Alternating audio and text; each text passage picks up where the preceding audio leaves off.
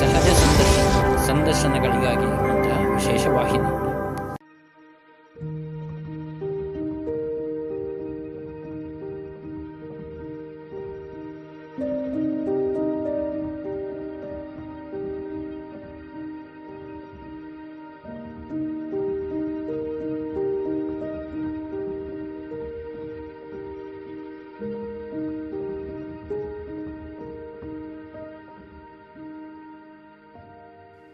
ವೀಕ್ಷಕರೆಲ್ಲರಿಗೂ ನಮಸ್ಕಾರ.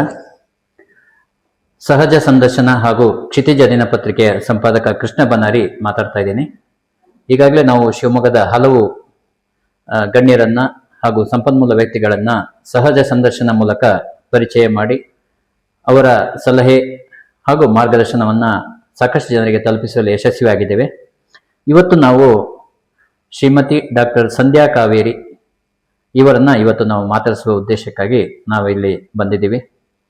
ಸಂಧ್ಯಾ ಕಾವೇರಿ ಅವರು ಶಿವಮೊಗ್ಗದ ಪ್ರತಿಷ್ಠಿತ ಕಟೀಲು ಅಶೋಕ ಪೈ ಮೆಮೋರಿಯಲ್ ಕಾಲೇಜಿನ ಪ್ರಿನ್ಸಿಪಾಲರು ಹಾಗೂ ಮನಃಶಾಸ್ತ್ರ ವಿಭಾಗದಲ್ಲಿ ಬಹಳಷ್ಟು ಸಮಾಜಮುಖಿಯಾಗಿ ಕೆಲಸ ನಿರ್ವಹಿಸಿದವರು. ಅವರು ಇವತ್ತು ನಮ್ಮ ಜೊತೆ ಇದ್ದಾರೆ. ನಾವಿವತ್ತು ಮಕ್ಕಳ ಅಥವಾ ಯುವತಿಯರ ವಿಚಾರಕ್ಕೆ ಸಂಬಂಧಿಸಿ ಅವರ ಜೊತೆ ಒಂದಿಷ್ಟು ವಿಚಾರಗಳನ್ನ ಕೇಳುವವರಿದ್ದೀವಿ. ಅವರು ಅದಕ್ಕೆ ಸಂಬಂಧಪಟ್ಟ ಹಾಗೆ ನಮಗೆ ಮಾಹಿತಿಯನ್ನ ನೀಡುವರಿದ್ದಾರೆ. ಸಂಧ್ಯಾ ಕಾವೇರಿ ಮೇಡಮ್, ನಮಸ್ತೆ. ನಮಸ್ತೆ ಸರ್. ನಮಸ್ತೆ ಮೇಡಮ್, ಇವತ್ತು ಈ ವಿಶೇಷವಾಗಿ ಮಕ್ಕಳಿಗೆ ಅಂದ್ರೆ ಕಾಲೇಜು ಮಕ್ಕಳಿಗೆ, ಟೀನೇಜು ಅಥವಾ ದಾಟಿದ ನಂತರ ಒಂದ್ 2-3 ವರ್ಷದ ವಿಚಾರದಲ್ಲಿ ಬಹಳ ಜನ ಎಚ್ಚರಿಕೆಯಿಂದ ಇರುವಂತಹ ಒಂದು ಪ್ರಸ್ತುತ ಕಾಲಮಾನ. ಎಲ್ಲಿ ಮಕ್ಕಳು ನಮ್ಮ ಮಾತನ್ನ ಮೀರ್ತಾರೋ ಅಥವಾ ನಮ್ಮ ನಿಯಂತ್ರಣವನ್ನು ತಪ್ಪಿ ಹೋಗ್ತಾ ಇದ್ದಾರೋ ಅನ್ನೋದು ಒಂದು ಆತಂಕದಲ್ಲೇ ಪೇರೆಂಟ್ಸ್ಗಳು ಇವತ್ತು ಕಾಲ ಕಳೆಯುವಂತ ಪರಿಸ್ಥಿತಿ ಇದೆ. ಬೇರೆ ಬೇರೆ ಅವರಿಗೆ ಮಕ್ಕಳಿಗೆ ಅವಕಾಶಗಳಿದ್ರು ಕೂಡ ಅದನ್ನು ಉಪಯೋಗ ಮಾಡದೇನೆ ಅವರೊಂಥರ ಸಂಕೀರ್ಣವಾದ ಒಂದು ಮಾನಸಿಕ ವ್ಯವಸ್ಥೆಯಲ್ಲಿ ಬೆಳೀತಾ ಇದ್ದಾರೆ ಈಗಿನ ಜನರೇಷನ್ ಅನ್ನೋದು ಒಂದು ಮಾತಿದೆ. ಹೇಗೆ ಅವರಿಗೆ ಅದನ್ನ ಯಾಕೆ ಅದು ಕಾರಣ ಆಗ್ತಾ ಇದೆ ಅಂತ ಮುಖ್ಯವಾಗಿ? ಮೊದಲನೇದಾಗಿ ಕ್ಷಿತಿಜ ಪತ್ರಿಕಾ ಬಳಗಕ್ಕೆ ಈ ಸಹಜ ಸಂದರ್ಶನ ಅನ್ನುವಂತಹ ಯೂಟ್ಯೂಬ್ ಚಾನೆಲ್ ಪ್ರಾರಂಭ ಮಾಡಿರುವುದಕ್ಕೆ ನಾನು ತಮಗೆ ಹಾಗೂ ತಮ್ಮ ತಂಡಕ್ಕೆ ಹೃತ್ಪೂರ್ವಕವಾದಂತಹ ಅಭಿನಂದನೆಗಳನ್ನ ಸಲ್ಲಿಸ್ತಾ ಇದ್ದೇನೆ ಸರ್. ಯಾಕಂದ್ರೆ ಇವತ್ತು ಸಮಾಜದ ಜೊತೆಗೆ ಮಾತುಕತೆ, ಸಂವಾದ ಇದು ಬಹಳ ಅಗತ್ಯವಾಗಿ ಬೇಕಾಗಿರುವಂತಹ ವಿಷಯ.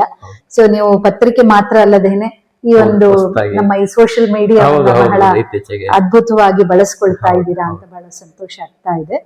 ಈಗ ನೀವು ನೇರವಾಗಿ ವಿಷಯ ಓದಿದ್ರೆ, ನಾನು ಮೊದಲಿಂದನೂ ಆಪ್ತ ಸಮಾಲೋಚನೆಯಲ್ಲಿ ಮತ್ತೆ ಈಗ ಕಾಲೇಜಿನಲ್ಲಿ ಪ್ರಿನ್ಸಿಪಾಲ್ ಆದ್ಮೇಲೆ ಸುತ್ತ ನೋಡ್ತಾ ಇರುವಂತದ್ದೇ ನೀವು ಹೇಳಿರುವಂತಹ ಕಾಲೇಜ್ ಸ್ಟೂಡೆಂಟ್ಸ್.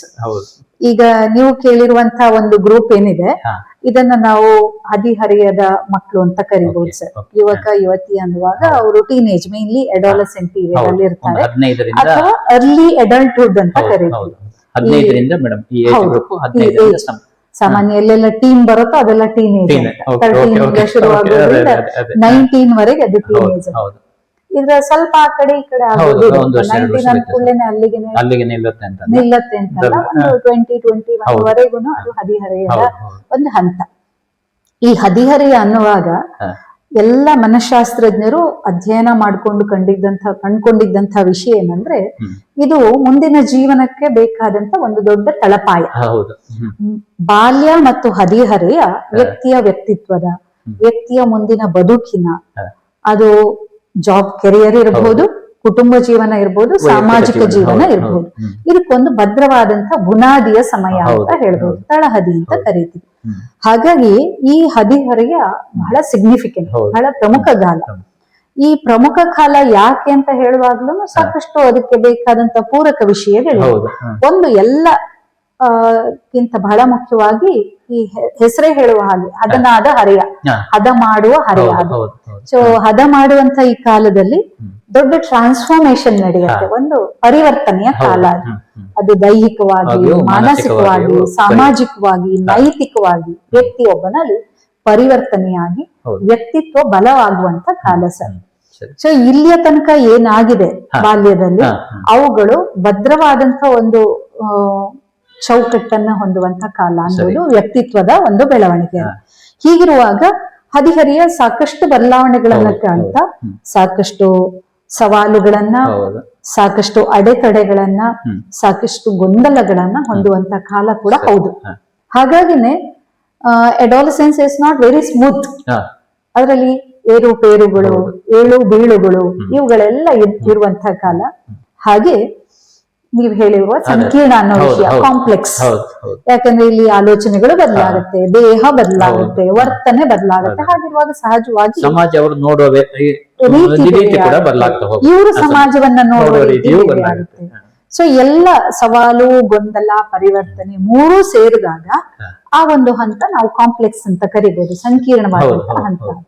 ಹಾಗೆಂತ ಹೇಳಿ ಟೀನೇಜ್, ಈಗ 13 ವರ್ಷದ ಟೀನೇಜ್ಗುನು, ಈಗ 16 ವರ್ಷಕ್ಕೂ 19 ವರ್ಷಕ್ಕೂ ಸಾಕಷ್ಟು ವ್ಯತ್ಯಾಸ ಇದೆ. ಅದಕ್ಕೆ ಮನಃಶಾಸ್ತ್ರದಲ್ಲಿ early adolescence, mid adolescence, late adolescence ಅಂತಾನೆ ಡಿವೈಡ್ ಮಾಡಿದ್ರು. ಯಾಕಂದ್ರೆ ಕ್ಯಾರೆಕ್ಟರಿಸ್ಟಿಕ್ಸ್ ಹಾಗೇನೆ ಬದಲಾವಣೆಗಳು ಹಾಗೆ. ನಾವು ಅಧ್ಯಯನ ಮಾಡ್ತಾ, ಸ್ಟಡಿ ಮಾಡ್ತಾ ಗಮನಿಸೋದೇನಂದ್ರೆ early adolescence more of physical changes, physical and physiological changes ನಡೆಯುತ್ತೆ. ಮಧ್ಯ ಹಂತದಲ್ಲಿ ಮಾನಸಿಕವಾದಂತ ಬದಲಾವಣೆಗಳು ಪ್ರಾರಂಭ ಆಗುತ್ತವೆ. ಸೊ ಕೊನೆಯ ಹಂತದಲ್ಲಿ ಮಾನಸಿಕ ಮತ್ತು ಸಾಮಾಜಿಕ ಬದಲಾವಣೆಗಳು, ನೈತಿಕ ಬದಲಾವಣೆಗಳು ನಡೆಯುತ್ತೆ. ಸೊ ಇದೆಲ್ಲ ಕಾರಣದಿಂದಾಗಿ ವ್ಯಕ್ತಿಯೊಬ್ಬ ತನ್ನ ಮುಂದಿನ ಬದುಕಿಗೆ ಬೇಕಾದ ರೀತಿಯಲ್ಲಿ ರೂಪುಗೊಳ್ಳುವಂತ ಹಂತ ಸರಿ. ಹಾಗಾಗಿ ಇದು ನೀವು ಹೇಳುವ ಹಾಗೆ ಸಂಕೀರ್ಣ ವ್ಯವಸ್ಥೆ ಆಗಿರುತ್ತೆ. ಆದ್ರೆ ಅಲ್ಲ, ಹಿಂದಿನ ಕಾಲಕ್ಕೆ ಹೋಲಿಸಿದ್ರೆ ಇವತ್ತಿನ ಕಾಲಕ್ಕೆ ಹೋಲಿಸಿದ್ರೆ ಪೋಷಕರು ಹೆಚ್ಚು ಆತಂಕ ಪಡುವಂತಹ ಮತ್ತು ಹೆಚ್ಚು ಗಮನ ಕೊಡಬೇಕಾದಂತಹ ಪರಿಸ್ಥಿತಿ ಇತ್ತೀಚೆಗೆ ಬಂದಿರೋ ಕಾರಣಗಳು ಏನಿದೆ? ಇದಕ್ಕೆ ಹಲವಾರು ಕಾರಣಗಳಿವೆ ಸರ್. ಹೇಗೆ ಸಮಾಜ ಬದಲಾಗ್ತಾ ವ್ಯವಸ್ಥೆಗಳು ಬದಲಾಗಿವೆಯೋ, ಆಯಾ ಕಾಲದಲ್ಲಿ ಆಯಾ ಸನ್ನಿವೇಶ ಯಾವಾಗ್ಲೂ ಆತಂಕಕಾರಿ. ಈಗ ನಮಗೆ ನೋಡುವಾಗ ಹಿಂದಿನ ಕಾಲ ಬಹಳ ಸ್ಮೂತ್ ಇತ್ತು, ಅವಾಗಿನ ಹಿರಿಯರಿಗೆ ಅದು ಕೂಡ ಕಾಂಪ್ಲೆಕ್ಸ್ ಇದ್ದಿರಬಹುದು. ಒಂದು ಇನ್ನೊಂದು ಸಿಸ್ಟಮ್ ಸಾಕಷ್ಟು ಬದಲಾಗಿದೆ, ಕುಟುಂಬ ವ್ಯವಸ್ಥೆ ಬದಲಾಗಿದೆ, ಸಮಾಜದ ವ್ಯವಸ್ಥೆ ಬದಲಾಗಿದೆ, ಸಮಾಜದ ರೀತಿ ನೀತಿ ಧಾಟಿ ಧೋರಣೆ ಎಲ್ಲ ಕೂಡ ಬದಲಾಗಿರುವಾಗ ಈಗ ಅದು ಆತಂಕ ಅಂತ ಹೇಳಿ ಅನ್ನಿಸ್ಬೋದು. ಜೊತೆಗೆ ಆಗಿರುವಂತ ಸಾಮಾಜಿಕ ಬದಲಾವಣೆಗಳಿರ್ಬೋದು, ತಾಂತ್ರಿಕ ಬದಲಾವಣೆಗಳು, ತಂತ್ರಜ್ಞಾನದ ಬದಲಾವಣೆಗಳು, ಆವಿಷ್ಕಾರಗಳು, ಇವುಗಳೆಲ್ಲ ಸಾಕಷ್ಟು ಸವಾಲುಗಳನ್ನು ಒಡ್ತಾ ಇದೆ, ಅನುಕೂಲಗಳನ್ನು ತಂತ್ರಜ್ಞಾನ ಅನುಕೂಲಕ್ಕಿಂತ ಹೆಚ್ಚು ಸಮಸ್ಯೆಗಳನ್ನು ತಂದು ಕೊಡ್ತಾ ಇದೆಯೋ ಅಂತ ಒಂದು ದೊಡ್ಡವರಿಗೆ ನೋಡುವ ಭಾವನೆ ಇದೆ. ಮತ್ತು ಅದನ್ನ ನಿಯಂತ್ರಣಕ್ಕೆ ಹೇಗೆ ತರೋಕೆ ಕೂಡ ಸಾಧ್ಯ ಆಗ್ತಿಲ್ಲ. ಹೌದು, ನಮಗೆ ಗೊತ್ತಿರುವ ಹಾಗೆ ಮೌಲ್ಯಗಳಲ್ಲಿ ಬದಲಾವಣೆ ಆಗಿದೆ, ಧೋರಣೆಗಳಲ್ಲಿ ಬಹಳ ಮುಖ್ಯವಾದಂತ ಬದಲಾವಣೆ ಆಗಿದೆ. ಈಗ ನಮಗೆ ಯಾವ್ದು ಆತಂಕ ಅಂತ ಅನ್ಸುತ್ತೋ ಅದು ಈಗಿನ ಹದಿಹರೆಯದವರಿಗೆ ಜೆನ್ಜಿ ಅಂತ ಕರೀತಿದ್ರಲ್ಲ, ಇವರಿಗೆ ಅದು ಒಂದು ಸಾಮಾನ್ಯವಾದಂತಹ ವಿಷಯ. ಅವರ ಆತಂಕಗಳೇ ಬೇರೆ ಇದೆ. ಹಾಗಿರುವಾಗ ನಾವು ನೋಡುವಂತಹ ದೃಷ್ಟಿಕೋನ, ಹದಿಹರೆಯದವರು ಒಂದು ವಿಷಯವನ್ನ, ವಿಚಾರವನ್ನ, ಸನ್ನಿವೇಶವನ್ನ, ಸಮಸ್ಯೆಗಳನ್ನ ನೋಡುವಂತಹ ದೃಷ್ಟಿಕೋನಕ್ಕೂ ಸಾಕಷ್ಟು ವ್ಯತ್ಯಾಸ ಇದೆ.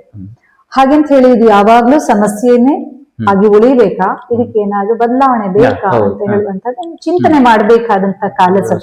ಯಾಕಂದ್ರೆ ನಾವೆಲ್ಲರೂ ಬದುಕೋದು ಸಮಾಜದಲ್ಲಿ, ನಾಳೆ ಕೂಡ ಈ ಸಮಾಜ ಉಳಿಯಬೇಕು ಅಂತ ಆದ್ರೆ ಒಂದಷ್ಟು ಪರಿವರ್ತನೆ ಹಿರಿಯರಲ್ಲಿ ಮತ್ತೆ ಈ ಕಿರಿಯರಲ್ಲಿ ಎರಡೂ ಕೂಡ ಅಗತ್ಯ ಇರಬಹುದು. ಅದೇ ವಿಷಯಕ್ಕೆ ಅನ್ಕೊಂಡೆ. ಈಗ ಅಂದ್ರೆ ಈಗಿನ ಪೀಳಿಗೆಯ ಮನಸ್ಥಿತಿ, ಆಲೋಚನೆಗಳು ಮತ್ತು ಅವರು ಹೋಗ್ತಿರುವಂತ ಸ್ಪೀಡ್, ಆ ಸ್ಪೀಡಿಗೆ ಇವತ್ತಿನ ಪೋಷಕರು ಅಡ್ಜಸ್ಟ್ ಆಗತ್ತೆ, ಅಂದ್ರೆ ಅದಕ್ಕೆ ಹೊಂದಾಣಿಕೆ ಮಾಡ್ಕೊಳ್ಳಿಕ್ಕೆ ಆಗತ್ತೆ. ಆ ಮಧ್ಯೆ ತಂದೆ ತಾಯಿಗಳು ಅಥವಾ ಮಕ್ಕಳ ಮಧ್ಯೆ ಬಹಳಷ್ಟು ಕಾಂಪ್ಲಿಕೇಶನ್ಗಳು, ಬಹಳಷ್ಟು ಅವರ ಮಧ್ಯೆ ಒಂದು ಭಿನ್ನಾಭಿಪ್ರಾಯಗಳು, ವ್ಯತ್ಯಾಸಗಳು ಆಗ್ತಾ ಇದ್ದಾವೆ. ಇದು ಖಾಲಿ ಮಕ್ಕಳಿಗೆ ಮಾತ್ರ, ಪೇರೆಂಟ್ಸ್ ಕೂಡ ಈಗಿನ ವ್ಯವಸ್ಥೆಯಲ್ಲಿ ಅವರಿಗೆ ಮಾರ್ಗದರ್ಶನ ಬೇಕಾಗಿದೆ, ಒಂದು ಮಾನಸಿಕವಾದಂತಹ ಒಂದು ಮಾರ್ಗದರ್ಶನ ಅವರಿಗೆ ಬೇಕಾಗಿದೆಯಾ ಅಂತ. ಹೌದು ಸರ್. ಈಗ ಎಡಾಲಸೆನ್ಸ್ ಅನ್ನ, ಟೀನೇಜರ್ಸ್ ಅನ್ನ ಅರ್ಥ ಮಾಡ್ಕೊಳ್ಳುವಾಗ ಎರಡು ಅಂಶಗಳನ್ನ ನಾವು ಪರಿಗಣಿಸಬೇಕಾಗುತ್ತೆ. ಒಂದು, ಸಾಮಾನ್ಯವಾಗಿ ನಾವು ಜನರಲ್ ಪ್ರಿನ್ಸಿಪಲ್ಸ್ ಅಂತ ಕರೀತೀವಿ. ಹದಿಹರೆಯ ಅನ್ನುವಾಗ ಒಂದಷ್ಟು ಗುಣಲಕ್ಷಣಗಳಿವೆ, ಅದರ ಅರಿವು ದೊಡ್ಡವರಿಗೆ ಇರ್ಬೇಕಾಗತ್ತೆ. ಟೀನೇಜ್ ಅಂದ್ರೆ ಹೀಗೆ ಹಾರ್ಮೋನ್ಗಳು ಬದಲಾವಣೆ, ದೈಹಿಕ ಬದಲಾವಣೆ, ಶಾರೀರಿಕ ಬದಲಾವಣೆಗಳು, ಮಾನಸಿಕವಾಗಿ ಆಗುವಂತ ಬದಲಾವಣೆಗಳು, ಇವುಗಳೆಲ್ಲ ಒಂದು ಮೂಲಭೂತ ತತ್ವದಡಿಯಲ್ಲೇ ಈ ಬದಲಾವಣೆ ಆಗುತ್ತಲ್ಲ, ಅದರ ಬಗ್ಗೆ ನಮ್ಮಲ್ಲೊಂದು ಅರಿವು ದೊಡ್ಡವರಲ್ಲಿ, ಮತ್ತೆ ನಮ್ಮಲ್ಲೊಂದು ಒಪ್ಪಿಕೊಳ್ಳುವಿಕೆ. ಇದು ಈ ಹಂತ, ಇದರಲ್ಲಿ ಈ ಬದಲಾವಣೆ ಅಗತ್ಯವಾಗಿ ಆಗ್ಬೇಕಾಗುತ್ತೆ. ಅದನ್ನ ನಾವು ತುಂಬಾ ಆತಂಕದಿಂದ ತಗೊಳ್ಳೋ ಬದಲು ಇದು ಸಹಜವಾದಂತ ಒಂದು ಬದಲಾವಣೆ ಈ ಹಂತದಲ್ಲಿ ಆಗುವಂತದ್ದು. ಉದಾಹರಣೆಗೆ ಒಬ್ಬ ಟೀನೇಜರ್ ಸಿಟ್ಟು ಮಾಡ್ತಾನೆ, ಏಜ್ ಆಫ್ ಮೂಡ್ ಸ್ವಿಂಗ್ಸ್ ಅಂತ ಕರಿತೀವಿ ನಾವು. ಹಾಗಿರುವಾಗ ಒಂದು ಸ್ವಲ್ಪ ಸಿಟ್ಟು ಜಾಸ್ತಿ, ಸ್ವಲ್ಪ ದುಃಖ ಜಾಸ್ತಿ, ಸ್ವಲ್ಪ ಆತಂಕ ಜಾಸ್ತಿ ಇರಬಹುದಾದಂತ ಒಂದು ನಮಗೆ ದೊಡ್ಡವರಿಗೆ ಒಂದು ಅರ್ಥ ಆಗ್ಬೇಕು. ಮತ್ತೆ ಅವರನ್ನ ನಾವು ನೋಡುವಂತ ಅಥವಾ ಅವರನ್ನ ನಡೆಸ್ಕೊಳ್ಳುವಂತ ರೀತಿಯಲ್ಲಿ ಕೂಡ ನಾವು ಬದಲಾವಣೆಯನ್ನ ಮಾಡಿಕೊಳ್ಬೇಕಾಗುತ್ತೆ. ಅದು ಒಂದು ಅಂಶ ಸರ್. ಇನ್ನೊಂದು, ಈಗಿನ ಕಾಲದ ಟೀನೇಜರ್ಸ್ ಹೇಗೆ ಅನ್ನುವಂಥದ್ದು ಕೂಡ ನಾವು ಸ್ವಲ್ಪ ಯೋಚನೆ ಮಾಡ್ಬೇಕಾಗುತ್ತೆ. ಈಗಿರುವಂತ ನಾವೇ ಒದಗಿಸುವಂತ ಸೌಲಭ್ಯಗಳ ಕಾರಣದಿಂದ ಅವರ ಧೋರಣೆ, ಅವರ ವರ್ತನೆಯಲ್ಲಿ ಸಾಕಷ್ಟು ಬದಲಾವಣೆ ಬಂದಿದೆ. ನಾವು ಸಣ್ಣವರಿರುವಾಗೆಲ್ಲ ಅವರಿಗೆ ಬೇಕಾದನ್ನೆಲ್ಲ ಒದಗಿಸ್ಕೊಟ್ಟು ಈಗನೇನೋ ಯಾವ ವಸ್ತುಗಳು, ಯಾವ ಸೌಲಭ್ಯಗಳು ಇಲ್ಲದೆ ಇರು ಅಂತ ಹೇಳಿದ್ರೆ ಸಾಧ್ಯ ಆಗಲ್ಲ. ಅದನ್ನ ನಾವು ಗಮನಿಸಬೇಕಾಗುತ್ತೆ. ಈಗ ಒಂದು ನಾವಿದ್ದಂತಹ ಬಾಲ್ಯಕ್ಕಿಂತ ಹೆಚ್ಚು ಸೌಲಭ್ಯವನ್ನ ನಾವು ಈಗಿನ ಮಕ್ಕಳಿಗೆ ಬಾಲ್ಯದಲ್ಲಿ ಕೊಟ್ಟಿದೀವಿ ಅನ್ನುವಾಗ, ಹದಿಹರೆಯದಲ್ಲೂ ನಾವಿರುವಂತಹ ಹದಿಹರೆಯಕ್ಕಿಂತ ಹೆಚ್ಚಿನ ಸೌಲಭ್ಯ ಈಗಿನ ಹದಿಹರೆಯದವರಿಗೆ ಬೇಕಾಗುತ್ತೆ ಅನ್ನುವಂಥದ್ದನ್ನ ನಾವು ನೆನಪಿಟ್ಕೊಳ್ಬೇಕಾಗತ್ತೆ. ಆದ್ರೆ ಜೊತೆಗೇನೆ ಈಗಿನ ಪೀಳಿಗೆ ಹೆಚ್ಚು ಬೇರೆ ಬೇರೆ ವ್ಯಸನಗಳಿರ್ಬೋದು ಅಥವಾ ಆಕರ್ಷಣೆಗಳಿರ್ಬೋದು, ಇದ್ರ ಬಗ್ಗೆ ತುಂಬಾ ಆಗ್ತಾ ಇದ್ದಾವೆ. ನಾವೀಗ ಶಿವಮೊಗ್ಗವನ್ನೇ ಮಾದರಿಯಾಗಿಟ್ಕೊಂಡ್ರೆ ಇಲ್ಲಿ ಅತ್ಯಂತ ಹೆಚ್ಚು ವ್ಯಸನಗಳಿಗೆ ದಾಸರಾಗುವಂತ ಯುವಕರನ್ನು ಕಾಣ್ತೀವಿ. ಬೇರೆ ಬೇರೆ ವ್ಯಸನಗಳು, ಅದು ಮಾದಕ ದ್ರವ್ಯಗಳಿರ್ಬೋದು ಅಥವಾ ಯುವಕರ ಕಡೆ ಸಣ್ಣ ಏಜ್ಗಳಲ್ಲಿ ಏನೋ ಒಂದು ಮುಂದಾಲೋಚನೆ ಇಲ್ಲದೆ ಆಕರ್ಷಣೆಗೆ ಒಳಗಾಗುವಂತದ್ದು ಇರ್ಬೋದು. ಈ ತರದ್ದೆಲ್ಲ ಆಗ್ತಾ ಇದೆ. ಇದಕ್ಕೆ ಏನಾದ್ರು ಪರಿಹಾರಗಳು ಅಥವಾ ಏನ್ ಸೊಲ್ಯೂಷನ್ಸ್ ಆಯಾ ಕಾಲೇಜುಗಳಲ್ಲಿ ಅಥವಾ ಆಯಾ ಸಮಾಜ ಅಂತೂ ಕಷ್ಟ, ಯಾಕಂದ್ರೆ ಅಲ್ಲಿ ಒಟ್ಟು ಸೇರುವಂತದ್ದು ಇರೋದಿಲ್ಲ. ಬಟ್ ಶಿಕ್ಷಣ ಸಂಸ್ಥೆಗಳಲ್ಲಿ, ಉನ್ನತ ಶಿಕ್ಷಣ ಸಂಸ್ಥೆಗಳಲ್ಲಿ ಈ ತರದ ವ್ಯವಸ್ಥೆಗಳು ಆಗ್ಬೇಕಾಗಿದೆಯಾ ಅಂತ ಒಂದು. ಹೌದು ಸರ್, ತುಂಬಾ ಆತಂಕದ ವಿಷಯ. ಶಿವಮೊಗ್ಗ ಮತ್ತು ಎಲ್ಲ ಕಡೆ ಕೂಡ ಇವತ್ತು ಯೂತ್ ಆರ್ ಎಟ್ ರಿಸ್ಕ್ ಅಂತ ಹೇಳ್ತೀವಿ. ಯುವ ಜನರು ಅಪಾಯದಲ್ಲಿದ್ದಾರೆ. ಅದು ಯಾಕೆಂದ್ರೆ ಮುಖ್ಯವಾಗಿ ಒಂದು ಡ್ರಗ್ಸ್ ಮತ್ತೆ ಆಲ್ಕೋಹಾಲ್ ಅಬ್ಯೂಸ್ ಮತ್ತೆ ಇನ್ನಿತರ ವ್ಯಸನಗಳು ಜಾಸ್ತಿ ಆಗ್ತಾ ಇವೆ ಅಂತ. ಇನ್ನೊಂದ್ ಕಡೆ ಅವರ ಸೆಕ್ಷುವಲ್ ಲೈಫ್ ನಲ್ಲಿ ಎದುರಾಗ್ತಾ ಇರುವಂತ, ಲೈಂಗಿಕ ಜೀವನದಲ್ಲಿ ಎದುರಾಗ್ತಿರುವಂತ ಸವಾಲುಗಳು ಕೂಡ ಇವತ್ತು ಹೆಚ್ಚಾಗ್ತಾ ಇವೆ. ಅವರ ಆರೋಗ್ಯ ತುಂಬಾ ದೊಡ್ಡ ಸಮಸ್ಯೆಯನ್ನ ಆರೋಗ್ಯ ಎದುರಿಸ್ತಾ ಇದೆ. ಅದರಲ್ಲೂ ಮುಖ್ಯವಾಗಿ ಒಬೆಸಿಟಿ ಅಂತ ಸಮಸ್ಯೆಗಳಿರ್ಬೋದು, ಫಿಸಿಕಲ್ ಫಿಟ್ನೆಸ್, ಹೌದು ಎಲ್ಲ ಅತಿಯಾದಂತ ಮಾನಸಿಕ ಒತ್ತಡದಿಂದಾಗಿ ಹಲವಾರು ಯುವ ಜನರು ಇವತ್ತು ಬೇಗನೆ ದೈಹಿಕ ತೊಂದರೆಗಳಿಗೂ ಒಳಪಡ್ತಾ ಇದ್ದಾರೆ. ಲೈಫ್ ಸ್ಟೈಲ್ ತುಂಬಾ ಆತಂಕಕಾರಿಯಾದಂತ ಜೀವನ ಶೈಲಿಯನ್ನ ಅವರು ಹೊಂದಿದ್ದಾರೆ. ಅದರಲ್ಲೂ ನಿದ್ದೆ, ವ್ಯಾಯಾಮ, ಆಹಾರ ಇವುಗಳೆಲ್ಲ ಕೂಡ ತುಂಬಾ ವ್ಯತ್ಯಾಸ ಆಗಿರುವುದರಿಂದ ಅವರ ಆರೋಗ್ಯದ ಸಮಸ್ಯೆಗಳು ಕೂಡ ಇವತ್ತು ತುಂಬಾ ಆತಂಕಕಾರಿಯಾಗಿ ಹೆಚ್ಚಾಗ್ತಾ ಇದೆ. ಈ ಸಂದರ್ಭದಲ್ಲಿ ನೀವು ಹೇಳಿರುವ ಹಾಗೆ ಶಿಕ್ಷಣ ಸಂಸ್ಥೆಗಳು, ಸಾಮಾಜಿಕ ಸಂಘಟನೆಗಳು ಮತ್ತೆ ಕುಟುಂಬ, ಇದು ಮೂರೂ ಕೂಡ ಬಹಳ ತುರ್ತಾಗಿ ಆಲೋಚನೆ ಮಾಡಬೇಕಾದಂತ ವಿಷಯಗಳು ಬಹಳಷ್ಟಿವೆ ಸರ್. ಒಂದನೇದಾಗಿ, ಎಷ್ಟೋ ಮಕ್ಕಳಿಗೆ ಇವತ್ತು ತಮ್ಮ ಮನಸ್ಸಿನ ವಿಷಯಗಳನ್ನ, ವಿಚಾರಗಳನ್ನ ಹೇಳ್ಕೊಳ್ಳುವಂತ ವಾತಾವರಣ ಇರೋದಿಲ್ಲ.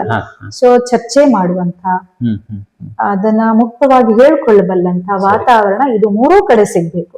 ಅದು ಲೈಂಗಿಕ ವಿಷಯ ಇರ್ಬೋದು, ಸ್ನೇಹಿತರ ವಿಷಯ ಇರ್ಬೋದು, ತನ್ನ ಮನಸ್ಸಿನ ಒತ್ತಡಗಳು, ಆತಂಕಗಳಿರ್ಬೋದು, ತನ್ನ ಮನಸ್ಸಿನ ಆಸೆಗಳಿರ್ಬೋದು, ಇವುಗಳನ್ನ ಮುಕ್ತವಾಗಿ ಚರ್ಚೆ ಮಾಡಬಲ್ಲಂತ ವೇದಿಕೆ ಇರ್ಬೇಕು. ನಮ್ಮಲ್ಲಿ ಸಾಕಷ್ಟು ವಿಷಯಗಳನ್ನ ನಾವು ಮುಕ್ತವಾಗಿ ಕೊಟ್ಟಿದೀವಿ. ಆದ್ರೆ ಆ ಮುಕ್ತ ವಿಷಯಗಳು, ಉದಾಹರಣೆಗೆ ಕೈಯಲ್ಲಿ ಒಂದು ಮೊಬೈಲ್ ಇದೆ, ಆ ಮೊಬೈಲ್ ಮೂಲಕವಾಗಿ ಲೈಂಗಿಕ ವಿಷಯಗಳು ವಿಡಿಯೋಗಳು ಸಿಗ್ತಾ ಇವೆ ಅಂತ ಅಂದ್ರೆ ಅದರ ಕುರಿತಾಗಿ ಮುಕ್ತವಾಗಿ ಮಾತನಾಡೋದಕ್ಕೆ ನನಗೆ ಸೂಕ್ತ ಮಾರ್ಗದರ್ಶನ ಪಡೆಯೋದಕ್ಕೆ ವೇದಿಕೆ ಇರೋದಿಲ್ಲ. ಇದು ದೊಡ್ಡ ಸಮಸ್ಯೆ. ಈ ಮುಕ್ತ ವಾತಾವರಣ ಕಲ್ಪಿಸ್ಕೊಡುವಂತದ್ದು ನಮ್ಮೆಲ್ಲರ ದೊಡ್ಡ ಜವಾಬ್ದಾರಿ. ಅದು ಹೇಗ್ ಸಾಧ್ಯ ಅನ್ನುವಾಗ, ಒಂದು ಅರಿವು ಮೂಡಿಸುವಂತ ಕಾರ್ಯಕ್ರಮಗಳು. ನಾವು ಬರೀ ಪಠ್ಯ, ಅಂಕಗಳು, ಕ್ರೆಡಿಟ್ಸ್, ಕಾಂಪಿಟೇಟಿವ್ ಎಕ್ಸಾಮ್ಸ್, ಸಿಇಟಿ ಬರಿ, ಜೆಇ ಬರಿ ಅಥವಾ ನೀಟ್ ಬರಿ ಅನ್ನುವಾಗ ಹದಿಹರೆಯದ ಮುಖ್ಯ ಘಟ್ಟದಲ್ಲಿರುವಂತಹ ವಿದ್ಯಾರ್ಥಿಗಳು ತಮ್ಮ ಮನಸ್ಸಿನ ಏರುಪೇರುಗಳು, ಸಹಜವಾಗಿ ಬರುವಂತಹ ಆಕರ್ಷಣೆಯ ವಿಚಾರಗಳು, ಇನ್ನು ಯಾವುದೋ ಸ್ನೇಹಿತರ ಸಂಬಂಧದಲ್ಲಿ ಬರುವಂತಹ ಸಮಸ್ಯೆಗಳು, ಇದನ್ನ ಅವರಿಗೆ ಡಿಸ್ಕಸ್ ಮಾಡೋದಿಕ್ಕೆ ಸಮಯನೂ ಕೊಡ್ತಾ ಇಲ್ಲ, ವೇದಿಕೆನೂ ಕೊಡ್ತಾ ಇಲ್ಲ. ಇದು ಅಗತ್ಯವಾಗಬೇಕು. ಇನ್ನು ಅರಿವಿನ ಕಾರ್ಯಕ್ರಮಗಳಾಗ್ಬೇಕು ಸರ್. ಅರಿವಿನ ಕಾರ್ಯಕ್ರಮಗಳಿಗೆ ಅವಕಾಶ ಇವತ್ತು ಸಾಕಷ್ಟಿದೆ. ಈಗ ನೀವು ಪ್ರಾರಂಭ ಮಾಡಿರುವಂತಹ ಯೂಟ್ಯೂಬ್ ಚಾನಲ್ ಇರ್ಬೋದು, ಇದು ಒಂದು ಅರಿವಿನ ವೇದಿಕೆ. ಇದು ಮಕ್ಕಳ ಕೈಗೂ ಆರಾಮಾಗಿ ಸಿಗುವಂಗಾಗ್ಬೇಕು.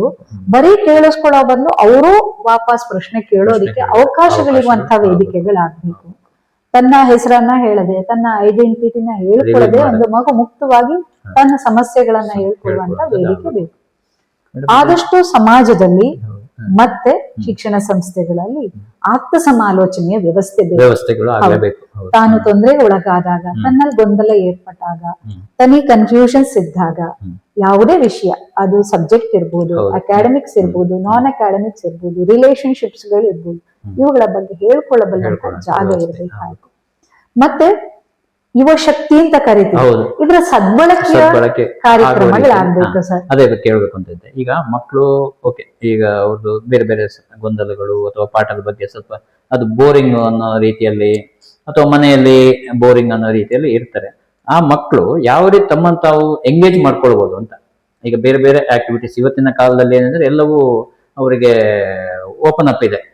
ಅವರು ಸರಿಯಾಗಿ ಉಪಯೋಗ ಮಾಡ್ಕೊಂಡು ಎಲ್ಲಾ ಕ್ಷೇತ್ರಗಳು ಕೂಡ ಅವರಿಗೆ ಅವಕಾಶಗಳಿದ್ದಾವೆ. ಅವರವರ ಇಚ್ಛೆ ಪಟ್ಟ ಕ್ಷೇತ್ರಗಳು ಕೂಡ ಅವಕಾಶ ಇದಾವೆ. ಇದು ಯಾವ ರೀತಿ ಅವರು ಬಳಸ್ಕೊಳ್ಬಹುದು, ಎಲ್ಲಿ ಅವರಿಗೆ ಅದನ್ನ ಆ ರೀತಿಯ ವ್ಯವಸ್ಥೆಗಳು ಸಿಗ್ತವೆ ಅಂತ ನಾನೇನ್ ಸಜೆಸ್ಟ್ ಮಾಡ್ತೀನಿ ಅಂದ್ರೆ, ಈಗ ಪ್ರತಿಯೊಂದು ಮಗು ಕೂಡ ಒಂದು ಪೊಟೆನ್ಶಿಯಲ್, ಒಂದು ಸಾಮರ್ಥ್ಯ ಇರಬಲ್ಲ ಅಂತ. ಈ ಪೊಟೆನ್ಶಿಯಲ್ ಸಾಮರ್ಥ್ಯ ಅಂದ ಕೂಡಲೇ ಸಂಗೀತನೋ ಡ್ಯಾನ್ಸೋ ಇದೇ ಆಗ್ಬೇಕು ಅಂತಿಲ್ಲ.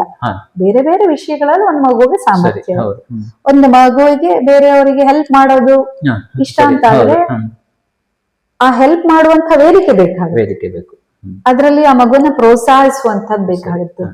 ಅಥವಾ ಒಂದು ಮಗುಗೆ 4 ಜನರ ಜೊತೆ ಮಾತಾಡೋದು ಬೇರೆಯವ್ರು ಇಷ್ಟ ಅಂತ ಆದ್ರೆ ಬೇರೆಯವರಕ್ಕೆ ಮಾತಾಡೋದಕ್ಕೆ ಅಂತಾನೆ ಅವಕಾಶಗಳು ಬೇಕಾಗುತ್ತೆ. ಈ ವೇದಿಕೆಗಳನ್ನ ನಾವು ಸ್ನೇಹ ಪರವಾಗಿರುವಂತದ್ದು, ಆ ವೇದಿಕೆಯನ್ನ ಒದಗಿಸ್ಕೊಡುವಂಥದ್ದು ಮುಖ್ಯ ಆಗುತ್ತೆ ಸರ್. ಎಲ್ಲವನ್ನ ಮಾಡೋದು ಸ್ಪರ್ಧೆಗೆ, ಪ್ರೈಸಿಗೆ ಅನ್ನೋದನ್ನ ಬಿಟ್ಟು ಸಂತೋಷಕ್ಕಾಗಿರುವಂತಹ ವೇದಿಕೆಗಳು, ಸಂತೋಷಕ್ಕಾಗಿರುವಂತಹ ಚಟುವಟಿಕೆಗಳು, ಇವುಗಳನ್ನ ಏರ್ಪಡಿಸುವಂತದ್ದು ತುಂಬಾ ಅಗತ್ಯವಿರುತ್ತೆ. ಆದ್ರೆ ಅವುಗಳೆಲ್ಲದರ ಜೊತೆಗೆ ಯೋಚನೆ ಮಾಡಬೇಕಾದ್ದು ಆ ವೇದಿಕೆಗಳನ್ನ ಒದಗಿಸ್ಕೊಡುವಂತ ಸಂದರ್ಭಗಳಲ್ಲಿ ನಾವು ಅವರನ್ನ ಎಷ್ಟರ ಮಟ್ಟಿಗೆ ವ್ಯಕ್ತಿತ್ವಕ್ಕೆ ಪೂರಕವಾಗಿ ಮಾಡ್ತೀವಿ. ಇದು ಸಣ್ಣ ಮಗು ಇರುವಾಗಿಂದ ಬರಬೇಕಾಗುತ್ತೆ. ವಾತಾವರಣ ಕೂಡ ಹಾಗೆ ಇರ್ಬೇಕಾಗುತ್ತೆ. ಎಲ್ಲ ಪೋಷಕರಲ್ಲಿ, ಅದು ಈ ಜೆನ್ಸಿ ಯುಗದ ಪೋಷಕರಲ್ಲಿ ಒಂದು ಕಲ್ಪನೆ ಏನಿರುತ್ತೆ ಅಂದ್ರೆ, ನನ್ ಮಗು ತುಂಬಾ ಚೆನ್ನಾಗಿರ್ಬೇಕು, ನನ್ ಮಗು ಏನಾದ್ರು ಮಾಡಿದ್ರೆ ಅದು ಪರ್ಫೆಕ್ಟ್ ಆಗಿರ್ಬೇಕು, ಅದಕ್ಕೆ ಎಲ್ಲರಿಗೆ 4 ಜನ ಗೊತ್ತಾಗಬೇಕು, ಪ್ರಶಂಸೆ ಸಿಗ್ಬೇಕು ಅಥವಾ ಪ್ರೈಸ್ ಸಿಗ್ಬೇಕು. ಅದಲ್ಲ, ತನ್ನ ಪಾಡಿಗೆ ತಾನು ಖುಷಿ ಪಡೋದಕ್ಕೂ ಒಂದು ಹವ್ಯಾಸ ಬೇಕು ಅನ್ನೋದನ್ನ ಒತ್ತಡವೇ ಜಾಸ್ತಿ ಆಗ್ಬಿಡುತ್ತೆ. ಅದಾಗದ ಹಾಗೆ ನೋಡುವಂತ ತುಂಬಾ ದೊಡ್ಡ ಜವಾಬ್ದಾರಿ ಅಂತ ಅನ್ಸುತ್ತೆ. ಮಾರ್ಪಾಟು ಕುಟುಂಬದಲ್ಲಿ, ಶಿಕ್ಷಣ ವ್ಯವಸ್ಥೆಯಲ್ಲಿ, ಸಮಾಜದಲ್ಲಿ ಮತ್ತೆ ಮಕ್ಕಳಲ್ಲಿ ಇದನ್ನ ಸ್ವೀಕರಿಸುವಂತ ಮಕ್ಕಳಲ್ಲಿ ಅತಿ ಮುಖ್ಯ ಅಂತ ಅನ್ಸುತ್ತೆ. ಮತ್ತೆ ನಾವು ಆರಂಭಕ್ಕೆ ಬಂದ್ವಿ ಅಂತ ಇದಕ್ಕೊಂದು ಅದನ್ನ ಮಾಡುವವರು ಯಾರು ಮಾಡಬೇಕು ಅನ್ನೋದೇ. ಈಗ ನಾವು ಹೇಳ್ತೀವಿ ಇಂಥದ್ದಾಗಬೇಕು, ಈ ತರದ್ದು ಬರ್ಬೇಕು ಅನ್ನೋದನ್ನ ಹೇಳ್ತೀವಿ, ಬಟ್ ಮಾಡುವವರು ಯಾರು ಅನ್ನೋದು. ಈಗ ಕುಟುಂಬದಲ್ಲಿ ಸರಿ ತಂದೆ ತಾಯಿ ಹೇಳ್ತಾರೆ, ಅವರು ಬೆಳಿಗ್ಗೆ ಇವತ್ತಿನ ಟ್ರೆಂಡ್ ಅಲ್ಲಿ, ಎಜುಕೇಶನ್ ಟ್ರೆಂಡ್ ಅಲ್ಲಿ ಏನಿರ್ತದೆ, ಮಕ್ಕಳು ಬೆಳಿಗ್ಗೆ 8 ಗಂಟೆಗೆ 7 ಗಂಟೆಗೆ ಹೋದ್ರೆ ಮತ್ತೆ ಸಿಗೋದು ಮಕ್ಕಳು ಸಂಜೆ 7:30 8 ಗಂಟೆಗೆ. ಅದ್ರ ಮಧ್ಯೆ ಅವರು ಕಾಲೇಜಲ್ಲಿ ಇರ್ತಾರೆ ಮತ್ತೆ ಸಮಾಜದಲ್ಲಿ ಇರ್ತಾರೆ. ಈ ಸಂದರ್ಭದಲ್ಲಿ ಅವ್ರನ್ನ ಮಾನಿಟರ್ ಮಾಡುವಂತದ್ದು ವ್ಯವಸ್ಥೆ ಇಲ್ವಲ್ಲ ಅಂತ. ಅವನು ಹೇಗೆ, ಈಗ ಉದಾಹರಣೆಗೆ ಒಂದು ಕಾಲೇಜ್ ಟೀನೇಜ್ ಮಗುವಿನ ದಿನಚರಿ ಹೇಗೆ ಸಾಮಾನ್ಯ ಇರಬೇಕು ಅಂತ ಇರುತ್ತೆ ಮನಃಶಾಸ್ತ್ರ ಪ್ರಕಾರ, ಯಾವ ತರ ಇರಬೇಕು ಅಂತ ಇರುತ್ತೆ? ಹಾ ಸರ್, ಈಗ ಮಾನಿಟರಿಂಗ್ ಅಂತ ಹೇಳೋದಕ್ಕಿಂತ ಹೆಚ್ಚು ಜೊತೆಗೆ ಕಳೆಯುವಂತ ಸಮಯ ಅಂತ. ಹಾಗಾಗಿ ಒಂದು ವಿಶ್ವಾಸ ಬೆಳಿಬೇಕು, ದೊಡ್ಡವರು ಮತ್ತೆ ಸಣ್ಣವರ ಮಧ್ಯೆ, ಟೀನೇಜರ್ ಮಧ್ಯೆ ಒಂದು ವಿಶ್ವಾಸಪೂರ್ಣವಾದಂತ ಸಂಬಂಧ ಇರ್ಬೇಕು. ಆ ಸಂಬಂಧ ಇರ್ಬೇಕು ಅಂದ್ರೆ ಅಲ್ಲಿ ನಾನು ಹೇಳ್ತೀನಿ ಟಿ ಫಾರ್ ಟ್ರಸ್ಟ್ ಅಂತ. ಆ ಟ್ರಸ್ಟ್ ಇರ್ಬೇಕು ಅಂತ ಆದ್ರೆ ಟಿ ಫಾರ್ ಟಾಕ್ ಆಗ್ಬೇಕು. ಅವ್ರ ಮಧ್ಯೆ ಒಂದು ಒಳ್ಳೆಯ ಸಂವಹನ ನಡೆಯಬೇಕು. ಇದೆರಡೂ ಬರ್ಬೇಕು ಅಂದ್ರೆ ಟಿ ಫಾರ್ ಟೈಮ್ ಬೇಕು, ಪರಸ್ಪರ ಸಮಯ ಕೊಡಬೇಕು. ಆ ಸಮಯದ ಜೊತೆಗೆ ಇನ್ನೊಂದು ಟಚ್ ಅಂತ ಕರೀತೀವಿ, ಅಂದ್ರೆ ಅದು ಹೃದಯಕ್ಕೆ ತಟ್ಟಬೇಕು.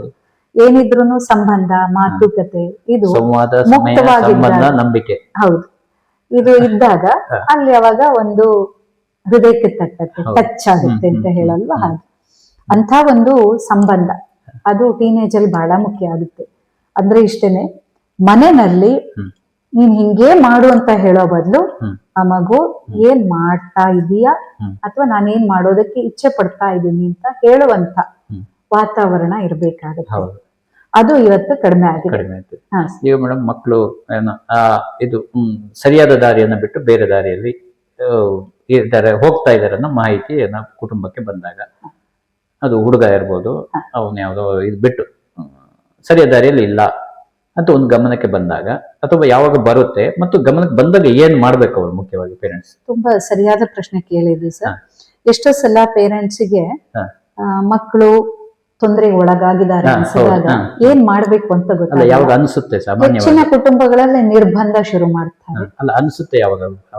ಅವರ ವರ್ತನೆಯ ವ್ಯತ್ಯಾಸ, ಹಾವಭಾವದ ವ್ಯತ್ಯಾಸ, ನಿದ್ದೆ ವ್ಯತ್ಯಾಸ, ಅವರ ಫೋನ್ ನ ಬಳಕೆಯ ವ್ಯತ್ಯಾಸಗಳು, ಆಮೇಲೆ ಅವರ ದಿನನಿತ್ಯದ ಚಟುವಟಿಕೆಯಲ್ಲಿ ವ್ಯತ್ಯಾಸಗಳು, ತೀವ್ರತರವಾದಂತಹ ವ್ಯತ್ಯಾಸಗಳು, ಅವರ ಅಕಾಡೆಮಿಕ್ ಪರ್ಫಾರ್ಮೆನ್ಸ್, ಅವರ ವಿದ್ಯಾಭ್ಯಾಸದ ಗುಣಮಟ್ಟದಲ್ಲಿ, ಅವರ ಕಲಿಕೆಯ ಗುಣಮಟ್ಟದಲ್ಲಿ ತೀವ್ರತರವಾದಂತಹ ಬದಲಾವಣೆ ಅಥವಾ ವ್ಯತ್ಯಾಸಗಳು, ಈ ಸೂಚನೆಗಳನ್ನ ಮುಖ್ಯವಾಗಿ ಅವ್ರು ಗಮನಿಸ್ಕೊಳ್ಬಹುದು.